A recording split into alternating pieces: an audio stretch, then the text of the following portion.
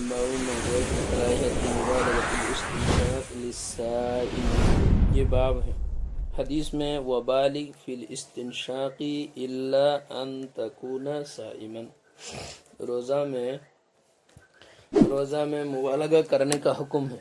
اسبغ الوضو، مبالغہ کے ساتھ وضو کرو، ہاتھ کی انگلیوں میں خلال کرو اور ہاتھ پیر کی انگلیوں میں خلال کرو۔ اسی طرح سے استنشاق میں بھی مبالغہ کرو، الا یہ کہ تم روزے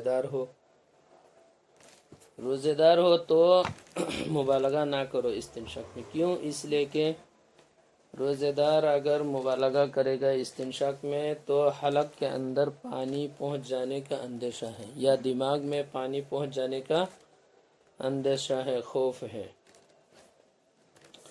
اسی سے یہ مسئلہ معلوم ہو گیا ہے کہ روزے دار ناک میں دوا ڈال سکتے یا نہیں۔ اس لیے وقت کاریہ اہل العلم الصعوط للصائم، صعود کے معنی ناک میں دوا ڈالنا، روزہ دار کے لیے ناک میں دوا ڈالنے کو اہل علم مکروہ قرار دیتے ہیں، یا مکروہ قرار دیتے ہیں۔ آگے بتائے یہ مفسد صوم ہے۔ ناک میں دوا ڈالنا یہ مفسد صوم ہے۔ ناک میں دوا ڈالنا مفسد صوم ہے، لیکن آنکھ میں دوا ڈالنا یہ مفسد صوم نہیں ہے۔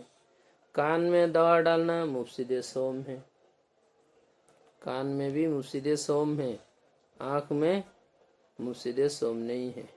اس طرح سے اور بھی ہے۔ اصل وجہ یہ ہے آنکھ میں، کان میں، ناک میں، اس طرح سے جسم کی کسی اور حصے میں دوا ڈالنا، یہ دوا ہو یا کوئی اور بھی چیز ہو، جیسے مقعد کے ذریعے سے، دبر کے ذریعے سے اندر میں دوائی ڈالنا دبر سے، اس طرح پیشاب کے راستے سے، عورت کے فرج سے دوا ڈالنا اندر، کوئی بھی چیز داخل کرنا، یہ مفسد صوم ہے یا نہیں؟ یہ سب جزویات، تفصیلی جزویات الگ الگ ہیں، لیکن اس میں ایک اصول اور ضابطہ یہ ہے کہ ہر اندر میں جو چیز پہنچائی جائے وہ اگر جوف دماغ یا جوف بطن، جوف دماغ یا جوف بطن، یہ کہو دماغ کے اندر پہنچ جائے یا پیٹ کے اندر پہنچ جائے، تو اس میں اگر منفذ راستہ سے پہنچے، ڈائریکٹ وہاں پہنچ جائے، تو اس میں یہ مفسد صوم ہے۔ ڈائریکٹ پہنچنے کی صورت میں مفسد صوم ہے۔ اس میں آگے جا کر اگر یہ چیز جو پہنچائی جا رہی ہیں یہ منفذ راستے سے پہنچنے کے ساتھ ساتھ اگر مفید بھی ہو، مفید صحت ہو، بدن کے لیے مفید ہو، فائدہ مند ہو، عادتاً یہ سب کام کیے جاتے ہیں فائدے کے لیے، تب تو پھر ایسی صورت میں مفسد صوم ہونے کے ساتھ ساتھ موجب کفارہ بھی ہوگا۔ جیسے مثال کے طور پر منہ سے کھانا پہنچایا تو منفذ سے جوف بطن میں پہنچ گیا، تو یہ مفسد صوم بھی ہے اور موجب کفارہ بھی ہے اس صورت میں۔ اور ایک صورت یہ ہے جیسے کھانا ناک سے پہنچا دیا، پتھر ناک سے، یا مان لو وہ کیا، پتھر کھایا، یہ پیٹ میں تو پہنچا ہے لیکن یہ مفید بدن نہیں ہے، اس لیے اس صورت میں کفارہ تو کیا ہے، روزہ ٹوٹے گا، قضا آئے گا، کفارہ نہیں ہوگا۔ اس طرح ناک سے کھانا پہنچا دیا اندر میں، ناک سے اندر میں کھانا پہنچایا تو یہ مفید بدن تو ہے، اور کیا منفذ سے تو پہنچا ہے لیکن مفید نہیں ہے، یہ راستہ نہیں ہے کھانا پہنچانے کا، تو اس لیے اس صورت میں قضا تو ہوگا، کفارہ نہیں ہوگا۔ قضا ہوگا، کفارہ نہیں ہوگا۔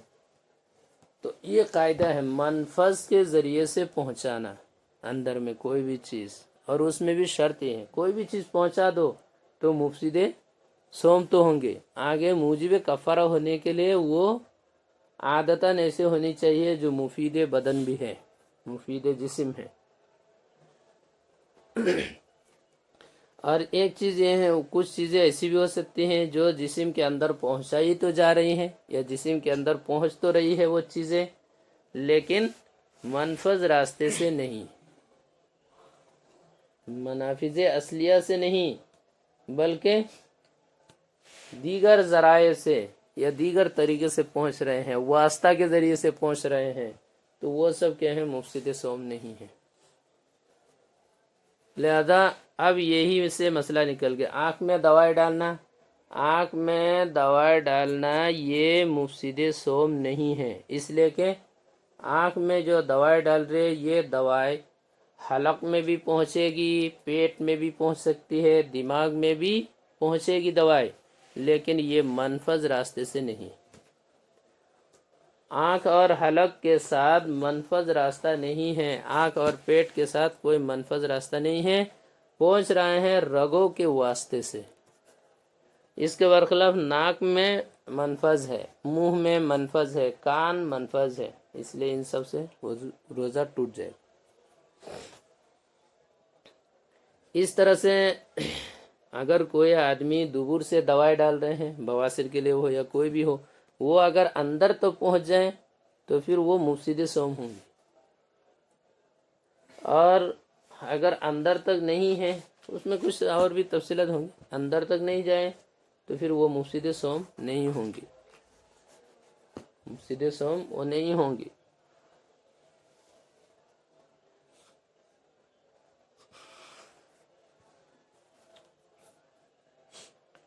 اس طرح یہ جو بواسیر میں کانچ اندر داخل کرتے ہیں، بواسیر کی جو ٹیوب بھی داخل کرتے ہیں، اس میں اگر اس کے اندر کوئی پانی وغیرہ الگ سے لگا ہوا نہیں ہے اور اس کو داخل کر رہے ہیں خالی دوائی کے بنا پر، تو یہ بہت اندر تک بھی نہیں جاتا ہے، اس لیے یہ بھی مفسد صوم نہیں ہوں گے۔ لیکن ان سب میں احتیاط کرنا بہتر ہے۔ آگے ایک مسئلہ یہ انجیکشن وغیرہ کے مسئلے، جو انجیکشن لگاتے ہیں روزے کے حالت میں، روزے کے حالت میں انجیکشن لگانے کے کیا حکم ہوگا، گلوکوز چڑھانے کا کیا حکم ہوگا، چاہے وٹامن انجیکشن ہو یا کوئی بھی ہو، سب کا ایک ہی حکم ہے کہ کوئی حرج نہیں ہے، اس سے روزہ میں کوئی فرق نہیں پڑے گا، روزہ نہیں ٹوٹے گا۔ یہ احتیاط کرنا چاہیے، وہ الگ مسئلہ ہے، خاص طور سے وہ جس سے روزے میں طاقت آتی ہے جسم میں، ایسی انجیکشن وغیرہ سے یا گلوکوز وغیرہ سے پرہیز کرے تو وہ بہتر ہے، کیونکہ یہ روزہ کی جو مقصد ہے وہ تو کچھ تکلیف پریشانی بھی ہے، اپنے جسم کو کچھ تکلیف پریشان کرنا، اور اسی طرح سے ضعف کمزوری کرانا بھوکے رہنے کی وجہ سے، تو یہ مقصد ہے۔ لیکن اگر ایسے انجیکشن لگا رہے جس سے یہ مقصد فوت ہو جائے تو وہ مقصد صوم کے خلاف کچھ لازم آتے ہیں، اس لیے بہتر نہیں ہے۔ اگر کسی نے کیا تو اس سے کوئی فرق نہیں پڑے گا، روزہ نہیں ٹوٹے گا، قضا کفارہ کچھ نہیں آئے گا، بلکہ مکروہ بھی نہیں ہوگی۔ اسی وجہ سے وضو کرنے میں کلی کر رہے، پانی کا اثر کیا ہے، موجود ہے جسم میں، وضو ہاتھ میں دھول رہے ہیں، پانی جسم میں اندر میں جاتا ہے، غسل کر رہے ہیں، بہت دیر تک اگر پانی میں رہے غسل کرے، جسم ٹھنڈا بھی ہو جائے گا، پیاس بھی ختم ہو جاتی ہے، پھر بھی روزہ ٹوٹتا نہیں۔ تو یہی انجیکشن لگانے کے بعد اگر طاقت آ جائے، پیاس لگی ہے، کوئی گلوکوز چڑھا دی ہے، پیاس ختم ہو جائے گی، لیکن اس کی وجہ سے روزہ نہیں ٹوٹے گا۔ یہ قاعدہ ہے کہ منفذ راستے سے اگر پہنچے تو ٹوٹے گا، منفذ نہیں ہے تو نہیں ٹوٹے گا۔ جیسے آج کل یہ کرونا کی ویکسین والا، یہ سبھی انجیکشن ہے، اس میں تو کوئی مسئلہ ہی نہیں، انجیکشن ہے کرونا ویکسین، تو اس لیے یہ سوال ہی نہیں ہے کہ اس کو وہ کر سکتے ہیں یا نہیں. کورونا ویکسین وغیرہ روزہ کے حالت میں لگا سکتے ہیں. آگے یہ مسئلہ کہ یہ ویکسین لگا سکتے ہیں یا نہیں ہے، یہ ہم سے کیوں پوچھو، یہ تو جا کر وہاں پوچھو، ماہرین طب سے پوچھو یہ لگا سکتے ہیں یا نہیں. ایک ہے یہ دوائیں ہے، اگر دوائیں ہیں تو دوائی استعمال کرنے میں تو کچھ نہیں، اور اگر دوائی نہیں ہے مارنے کے لیے ہیں تو پھر اس کو استعمال نہیں کر پائیں گے. اور جہاں تک مسئلہ یہ ہے کہ یہ مارنے کے لیے تو ہے ہی نہیں، آج تک کوئی مر گئے ہیں اس کو لگانے کے بعد، کوئی مر گئے ہیں ایسا ایک قصہ بھی نہیں ہے. صرف بس بکواس ہے، صرف بکواس ہے، باقی کچھ نہیں، کوئی نہیں مرا ہے. پوری دنیا میں تھوڑے ایسا معاملہ ہوگا کہ مارنے والے انجیکشن استعمال کر رہا ہے اور لوگوں کو پتہ نہیں چل رہا، وہ ایسے ہی ہے. البتہ جہاں تک یہ مسئلہ کہ اس کا اثر ہوتا ہے، جس میں اثر تو ہو ہی سکتا ہے، کوئی بھی دوائی کھانے سے، پینے سے، لگانے سے اثر ہوتا ہے، ہونے دو، اس سے کچھ نہیں ہوتا ہے. دوائی کے اثر ہونے کے بعد ہی تو بیماری بھی ٹھیک ہوتی ہے، اگر دوائی کے اثر نہ ہو تو بیماری ٹھیک بھی نہیں ہوں گی. تو بہرحال یہ کورونا ویکسین یہ بھی ایک دوائی ہے، اس لیے اس کو بھی روزے کے حالت میں بھی لگا سکتے ہیں. البتہ یہ جو مسئلہ ہے کہ کورونا ٹیسٹ جو کرتے ہیں، اس کا مسئلہ یہ ہے کہ اگر جس چیز سے ٹیسٹ کر رہے ہیں روئی تولا وغیرہ حلق میں ڈالتے ہیں، اس طرح سے ناک میں بھی ڈالتے ہیں، حلق میں، ناک میں ڈالتے ہیں، لیکن اس میں اگر کوئی ایسی چیز ہے، پانی وغیرہ پہلے سے لگے ہوئے ہو اور وہ اندر جا رہے ہیں تو اس سے تو روزہ ٹوٹ جائے گا. لیکن اگر ایسا کچھ نہیں ہے اور وہ کر رہے ہیں اندر سے، بس تھوڑا سا وہ کر کے، تو یہ اندر نہیں جا رہی ہیں، باہر تک ہونے کی وجہ سے شاید اس سے روزہ نہیں ٹوٹے گا.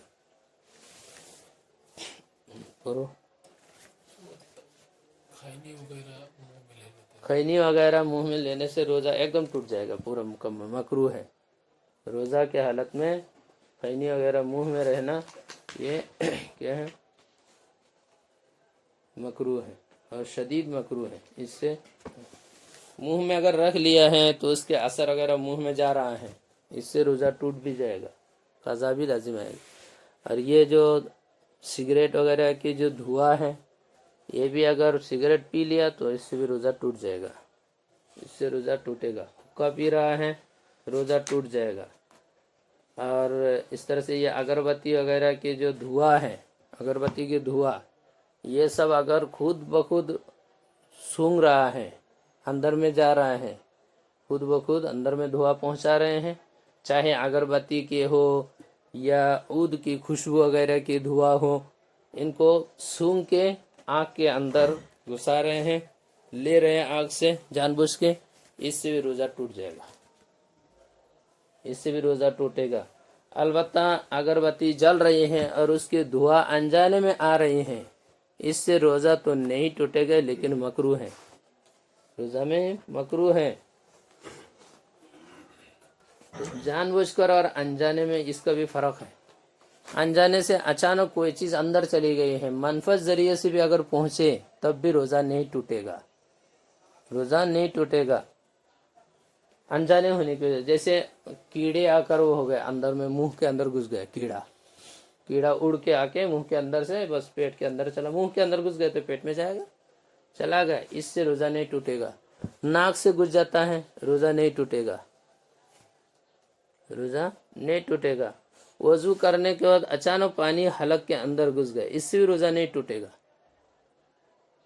انجانے میں یہ سب ہو رہا ہے، انجانے میں یا اپنے اختیار میں نہیں ہے. اسی لیے تو کوئی آدمی اگر انجانے میں کھا لیتا ہے تو روزہ نہیں ٹوٹتا ہے، انجانے میں کھانے سے روزہ نہیں ٹوٹتا، حالانکہ تو اچھی طرح سے وہ کر رہے ہیں. انجانے والی صورت جو ہے وہ معاف ہے، جان بوجھ کر ہونی چاہیے. قضا کفارہ والی یا روزہ ٹوٹنے والی جتنی صورتیں ہیں سب جان بوجھ کر ہونا ضروری ہے. انجانے میں کچھ بھی ہو جائے اس سے روزہ نہیں ٹوٹے گا. بس یہ ایک صورت ہے، انجانے میں جماع نہیں ہونا چاہیے، اور یہ مسئلہ کہ جمع انجانے میں ہو گیا، دماغ خراب بات ہے، اس کی کوئی صورت ہی نہیں ہے۔ انجانے میں کھانا کھا لینا یہ تو مفسد صوم نہیں ہے، لیکن انجانے میں جمع کر لینا یہ مفسد صوم ہے۔ انجانے میں جمع نہیں ہوتا میرے صاحب، کیا مطلب ہے؟ وہاں کون سی ایسی ضرورت ہے کہ آپ کو کھانے کے لیے تو دل میں ایک چاہت ہے، اس لیے روزہ بھول گئے کھا لیا، لیکن جمع کے کیا وہ ہے؟ اس لیے اس مسئلے میں جمع کو کھانے پر قیاس نہیں کر سکتے ہیں۔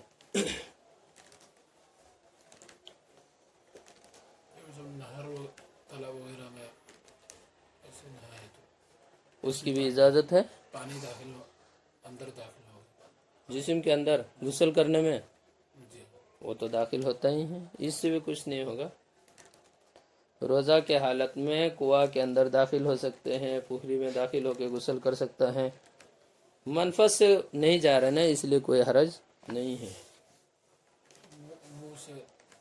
منہ سے اگر داخل ہو گیا ہے، وہ بھی اگر جان بوجھ کے ہے تو روزہ ٹوٹے گا، لیکن وہاں گوتا لگانے پر اچانک پانی اندر گھس گیا ہے تو اس سے بھی روزہ نہیں ٹوٹے گا۔ کان سے جیسے پانی اندر کا داخل ہو گیا ہے، اچانک جاتا ہے، اس سے بھی روزہ نہیں ٹوٹے گا۔